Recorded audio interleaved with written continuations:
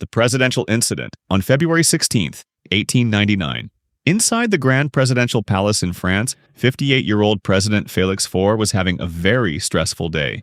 To deal with the stress, the president had a secret afternoon routine. He would send his guards away, lock his office doors, and take dangerous pills meant to increase his physical energy. He was waiting for a special guest. At 4 p.m., a 30-year-old woman named Marguerite Steinheil was quietly walked up the palace's back stairs. Outside, the guards stood at the door, knowing they were not supposed to interrupt. Inside, the president lay back on a couch, while the woman was engaged in a romantic encounter with him. But the combination of the dangerous pills, his bad heart, and the sudden physical excitement became a deadly mix. About an hour later, loud, terrified screams came from inside the room. When the palace staff and doctors broke the door, they found a shocking scene. The woman was crying and panicking, and the president was gasping for air. His body was stiff. Doctors quickly snuck the woman out the back door. They tried to save the president, but it was too late. He died in the palace a few hours later. The doctors found that he suffered a massive stroke caused by extreme physical strain, making it one of the most famous deaths in history. The Python Incident. April 2014. Deep in the forests of Mexico, 4 friends set out on a trek. One of the friends, Miguel Enriquez, who was a 22-year-old psychology student, volunteered to collect firewood. Miguel went nearby to collect firewood, so he noticed a small python which looked harmless. So, out of nowhere, he started gooning with the python. After a few minutes, the python tightly grabs his weapon to his mouth. Then Miguel frantically shouted for help. Hearing his screams, the other 3 friends rushed through the trees. The group somehow managed to rescue Miguel from the python. As a revenge, they decided to barbecue the python. They set up a grill near the tent. Next morning, friends noticed that Miguel is not moving, and his body had turned pale, so his friends immediately called emergency services. Paramedics arrived and rushed him to the nearest hospital. Doctors declared him dead. Then one of the doctors made a shocking discovery, that they were barbecuing python. It was a venomous snake, which became the cause of Miguel's death. The first autoerotic case. It was September 2nd, 1791. A 61-year-old musician named František Kocwara. He was famous in high society and a brilliant musician who played for the King's Theater, and wealthy people loved his music. But behind his famous public life, he harbored highly dangerous desires. One day, Kocwara visited a prostitute named Susanna Hill in Vine Street. Kocwara ate a heavy meal and drank a lot of wine with her, and then they engaged in a consensual, intimate encounter. After that, he pulled a sharp pocket knife from his coat, handed it to the Susanna, and demanded to cut his balls. Susanna refused to do so. He quickly came up with a backup plan. He pulled out a thick silk cord that he had brought with him. He walked over to a heavy wooden door and told Susanna to tie the rope around his neck and loop the other end over the door hinge. Kocwara wanted to hang just high enough, so his feet barely touched the floor. He believed that cutting off his oxygen for a brief moment would give him a powerful physical high. He told her to wait exactly 5 minutes and then cut him down. The Susanna followed his orders. She tied the knot and pulled the chair out from under him. Then he started gooning and entered the most intense stage of his fixation while suspended.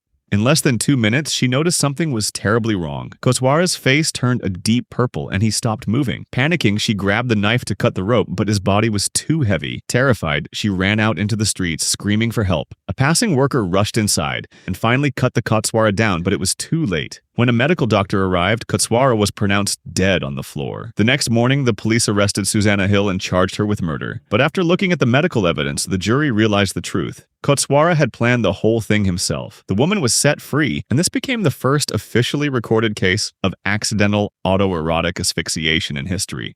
The Carrot Incident. A 40-year-old woman returned home after an ordinary day. She retreated to her bedroom seeking privacy and relaxation. At some point during the evening, she began experimenting with a household object, a large carrot. She lay back on the bed and started using the carrot to goon. For several minutes, everything appeared normal. Then something catastrophic happened inside her body. Without warning, air entered her bloodstream and traveled toward her heart and lungs. She suddenly collapsed onto the bed. The room fell silent. Hours later, family members noticed that she had not emerged from her bedroom. Concerned, they went to check on her. What they found was alarming. She was completely unresponsive. Emergency services arrived shortly afterward, but there was little they could do. She was pronounced dead at the scene. Forensic specialists determined one of the most unusual examples of a fatal air embolism ever documented.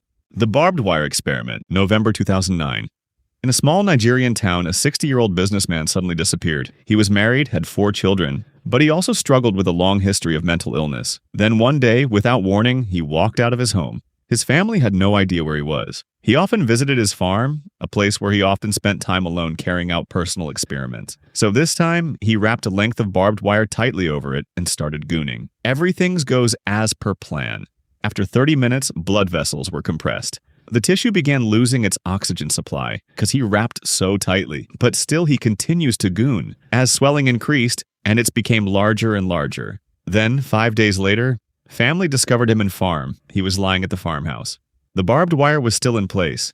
He looks unconscious. Emergency services were called immediately. By this time, blood circulation had been cut off for so long that it had become gangrenous, meaning the tissue was dead and infected. Luckily, he has survived, but medical examinations revealed extensive internal damage. His kidneys had suffered significant injury, and genitals was fully damaged. The ultimate confinement. In 1988, Charlotte County, Florida. It was a quiet evening when neighbors noticed something strange. From inside a nearby house, worried neighbors finally called the authorities to check on the resident. Upon entering, investigators uncovered a scene that would eventually be documented in the American Journal of Forensic Medicine and Pathology. The man living inside was 57 years old. In private, he frequently experimented with dangerous methods of self-pleasure. That evening, he decided to take things a step further, bringing an unlikely household machine into the experiment, a powerful vacuum. Then, he carefully dressed himself. First, he put on specialized rubberized undergarments, followed by 2 full scuba diving wetsuits. Next, he added a face mask, heavy diving gloves, and rubber slippers. Finally, to lock himself completely in place, he wrapped his body in 2 neckties, 5 heavy utility belts, and 11 individual tightening straps. With his body completely confined, he turned on his high-power household vacuum cleaner at full strength